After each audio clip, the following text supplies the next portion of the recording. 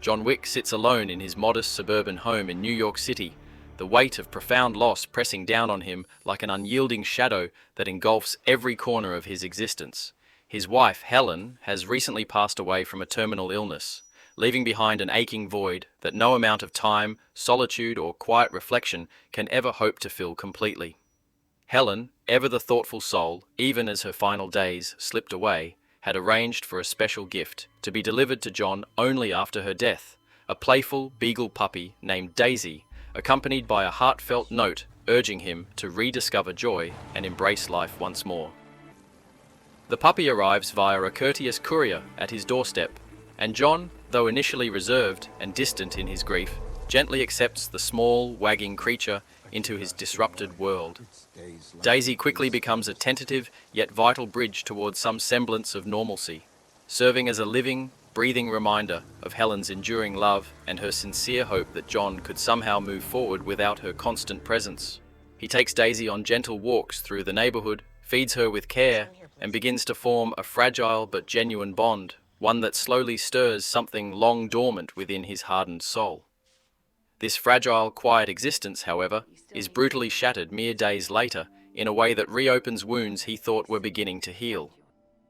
At a nondescript local gas station on the outskirts of the city, John pulls up in his prized 1969 Ford Mustang Boss 429, a sleek black classic car that carries immense sentimental value from the shadowy corners of his past life. A group of young Russian gangsters, led by the brash, entitled, and hot-headed Yosef Tarasov, approaches him with aggressive curiosity. Yosef, dressed in overly flashy clothes that scream his arrogance and privilege, openly admires the Mustang and demands to buy it right there on the spot, offering a pathetically insulting sum that barely scratches the surface of its worth. John, remaining calm but unyieldingly firm in his response, refuses the offer outright, explaining with quiet conviction that the Mustang simply isn't for sale. It's an irreplaceable piece of his personal history, inextricably tied to memories from a violent era he'd much rather leave buried and forgotten. The gangsters laugh it off mockingly at first, but Yosef's unhealthy fixation only intensifies in the moment. Undeterred and driven by a deep-seated sense of entitlement, bolstered by his father's powerful influence within the criminal underworld, Yosef resolves to take what he wants by force, no matter the cost. That very night, under the cover of inky darkness, Yosef returns to John's home with his two loyal accomplices, Victor and Jenny, intent on claiming the prize. They find John asleep in his bed, with the innocent Daisy curled up nearby. The intruders swiftly overpower the still physically recovering John, beating him savagely and relentlessly with bare fists and a wooden bat until he's left bloodied, battered and unconscious on the cold living room floor. In a particularly cruel and heartless twist that amplifies the horror, they shoot the defenseless Daisy at point-blank range, killing the innocent puppy whose only crime was embodying the fragile piece John was desperately clinging to.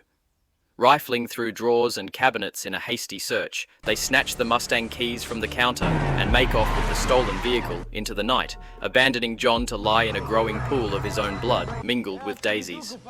John eventually awakens to utter devastation surrounding him on all sides. The house has been thoroughly ransacked, personal items scattered like debris from a storm. Daisy's small, lifeless body lies heartbreakingly beside him on the floor, and his cherished Mustang is nowhere to be seen, its absence a gaping wound. This compounded loss reignites a fierce, uncontrollable fire deep within him, not merely for the theft of the car, but for the utterly senseless destruction of the very last gift from Helen, the one singular thing she had intended to pull him back from the brink of total isolation and despair. Driven by an overwhelming surge of grief intertwined with a burgeoning volcanic rage, John solemnly buries Daisy in the backyard under a simple, modest mound of fresh earth, his hands trembling uncontrollably as he pats down the soil one final time. He then shifts into a more methodical mode of preparation, fully aware that ordinary police channels or civilian recourse won't suffice against the kind of enemies he's now facing. John carefully retrieves a hidden key from beneath a loose floorboard in the hallway, a remnant from his concealed past, which leads him to a secret, cement-lined grave dug deep in the nearby woods, his meticulously prepared emergency stash from the height of his days as a legendary professional assassin. Armed with a sturdy shovel, he digs it up under the moonlight, uncovering a substantial cache of lethal weapons, an array of pistols and rifles, crates of ammunition, and even gold coins that serve as the accepted currency in the clandestine assassin economy he once dominated. These familiar tools of his former trade feel eerily natural in his calloused hands once more, swiftly awakening long-suppressed muscle memory and tactical instincts that had lain dormant for years. Meanwhile, across town, Iosef gleefully takes the stolen Mustang straight to a gritty chop shop operated by Aurelio, a no-nonsense street-smart mechanic with extensive, deep-rooted ties to the sprawling underworld of New York. Aurelio meticulously inspects the vehicle under the harsh fluorescent lights and immediately recognizes it as belonging to John Wick, the infamous, almost mythical hitman known throughout criminal circles as the Baba Yaga, a spectral figure of unrelenting terror and precision. Visibly shocked by the implications, Aurelio flat out refuses to lay a finger on the car or dismantle it, even going so far as to punch Iosef squarely in the face for his monumental stupidity when the young man arrogantly presses him to proceed. Aurelio, acting with urgency and a sense of self-preservation, wastes no time in picking up his phone to call John directly, warning him about the brazen theft and casually revealing Iosef's full identity as the spoiled son of Vigo Tarasov, the ruthless and iron-fisted boss of New York's dominant Russian mafia syndicate. John, his voice steady yet unmistakably laced with cold intent, thanks Aurelio for the heads up and hangs up without further words, his path of retribution now crystal clear and irreversible in his mind. Vigo Tarasov, a calculating, sophisticated and impeccably dressed crime lord who oversees his empire from a lavish, high-rise office filled with antique furnishings, soon learns of his son's reckless folly through a hurried report from one of his trusted subordinates. Enraged beyond measure, but ever the pragmatist at heart, Vigo confronts Iosef in their opulent family home, delivering a sharp, resounding slap across his face to underscore the gravity of his error. To drive the point home and emphasize the existential danger he's unleashed, Vigo recounts John's storied and blood-soaked past in vivid detail. John was once his most trusted and invaluable enforcer, a man defined by focus, commitment, sheer will, something you know very little about, who earned the fearsome moniker Baba Yaga through his supernatural-seeming efficiency in eliminating threats. In order to finally retire from the life and marry Helen, an innocent civilian completely outside their brutal world, John had performed an impossible task on Vigo's behalf, single-handedly wiping out every last rival crime syndicate operating in New York City during one endless, chaotic night, a Herculean feat that not only solidified his enduring legend, but also granted him the freedom to walk away clean and start anew. Fearing the catastrophic consequences of Iosef's provocation, Vigo makes a desperate attempt to make amends by personally calling John at his home, offering substantial restitution in any form, piles of money, the immediate return of the car, whatever it might take to de-escalate. But John, his profound grief now twisted into an unbreakable resolve, rejects the olive branch coldly and succinctly, stating with finality, "Tell Iosef I want my car back." Vigo, realizing that all negotiation has utterly failed and the die is cast, places a massive $2 million open bounty on John's head through his network and dispatches a professional hit squad to eliminate him swiftly before the situation spirals into total chaos. The hit squad arrives at John's home under the cover of night, heavily armed and brimming with overconfident swagger, expecting an easy takedown of a retired has-been. John, however, has anticipated their arrival and ambushes them methodically from the strategic shadows of his own domain. What unfolds is a brutal, utterly one-sided massacre confined to the tight, familiar spaces of his house, where every corner becomes a kill zone. John dispatches the intruders with precise, economical gunfire from his arsenal and seamless hand-to-hand combat maneuvers, his movements fluid, instinctive, and lethally efficient.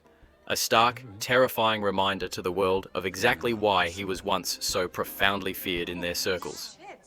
Bodies begin to pile up haphazardly on the blood-slicked floors, crimson stains splattering the once pristine walls as John clears each room with mechanical precision. Among the fallen is Victor, one of Iosef's original accomplices from the home invasion, who meets his end with a point-blank shot to the chest during a desperate scramble.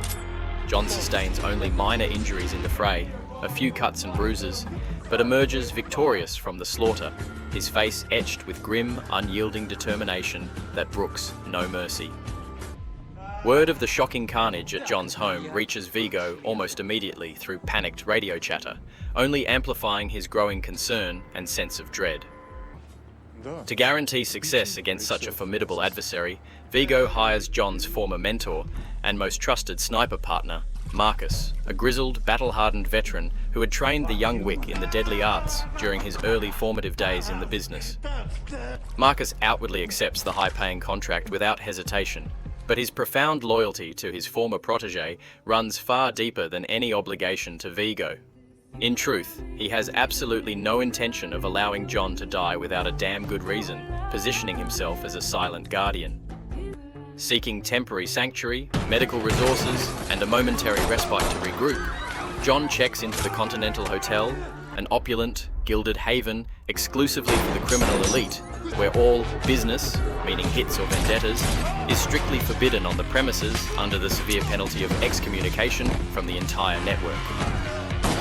The hotel's manager, Winston, a sharp-dressed, authoritative, and impeccably mannered figure who also happens to be a long-time acquaintance of John's from their shared history, greets him with a mix of warmth and measured caution, fully aware of the massive bounty now hanging over his head like a storm cloud. Winston graciously provides John with a luxurious suite and arranges for discreet medical aid to tend to his accumulating wounds, then shares valuable intelligence gleaned from his vast informant web. Yosef has been reliably spotted holding court at the Red Circle, an exclusive, throbbing nightclub that's a favoured haunt for the Tarasov crew and their associates. Grateful for the lead, John allows himself a brief period of rest in the suite, methodically patching up his injuries with fresh bandages before gearing up with weapons from the hotel's discreet armory. He then heads out into the night toward the club, expertly, navigating its pulsing, sweat-drenched crowd and labyrinthine, neon-lit corridors alive with bass-heavy music. Spotting Yosef lounging arrogantly in a private, velvet-roped area surrounded by sycophants, John closes in stealthily with predatory focus, but the plan unravels spectacularly when Vigo's elite enforcer, Kirill, a scarred, hulking, and formidably skilled killer with a reputation for brutality, intervenes at the critical moment. A fierce, chaotic shootout erupts without warning in the club's steamy bathhouse section, transforming the tiled space into a deadly arena. John takes down dozens of armed guards in a whirlwind blur of rapid gunfire, improvised martial arts takedowns, and relentless forward momentum, bullets ricocheting wildly off the slick ceramic tiles as bodies slump lifelessly into the steaming, chlorine-scented pools below. Kirill manages to escape the melee through a side exit, however, and John himself is gravely wounded in the intense exchange, a deep gunshot to the leg that buckles his stride, and another to the side that seeps blood steadily. Barely escaping with his life, he collapses just outside the club on the rain-slicked pavement, where alert Continental staff, ever vigilant, swiftly retrieve him and rush him back to the hotel for emergency treatment to stabilize his deteriorating condition. As John begins to recover in the relative safety of his Continental suite, the allure of the $2 million bounty proves too tempting for at least one opportunistic insider. Ms. Perkins, a cunning, ambitious, and ruthlessly efficient hitwoman, harboring a personal grudge against John stemming from botched collaborations on past high-stakes jobs, sneaks into his room disguised as part of the medical team providing follow-up care. She's been secretly offered double the standard bounty payout by Vigo himself to shatter the Continental's sacred, unbreakable rules and finish the job up close. John, his instincts sharpened by years of survival, senses the imminent danger just in time and engages her in a tense, claustrophobic struggle amid the room's elegant furnishings. From a concealed vantage point on a nearby rooftop, Marcus keeps vigilant watch through the high-powered scope of his sniper rifle and fires a deliberate warning shot through the suite's window, grazing Perkins' shoulder just enough to alert John and disrupt her attack without outright killing her. Seizing the advantage, John overpowers the injured Perkins in a flurry of grapples and strikes, zip-tying her securely to the sturdy bed frame and subjecting her to an intense interrogation under duress. Cracking under the pressure and pain, she eventually reveals the location of Vigo's most prized hidden money laundering stash, an abandoned old church on the city's fringes, brimming with a fortune in untraceable cash, sensitive blackmail files, and ledgers that collectively fund and sustain the entire Tarasov criminal empire. Perkins' motives are transparently clear throughout, a toxic mix of raw greed for the doubled payout and a burning desire to prove her lethal prowess in an unforgiving, male-dominated underworld that often overlooks her talents. Yet her brazen betrayal of the Continental's inviolable protocol ultimately seals her grim fate in the hours to come. John, rapidly piecing together his strategic next move from the intel, hires Harry, a reliable Continental-affiliated cleaner and security expert, to stand guard over the bound Perkins while he himself pursues this explosive lead without delay. John travels alone to the derelict church on the desolate outskirts of the city, a crumbling, forgotten relic of another era, now repurposed as Vigo's ultra-secure secret vault for his illicit gains. With calculated efficiency, he rigs the entire structure with containers of gasoline, tripwires, and makeshift explosives, then methodically sets about incinerating towering stacks of bundled cash and incriminating documents in a roaring, all-consuming inferno that lights up the night sky.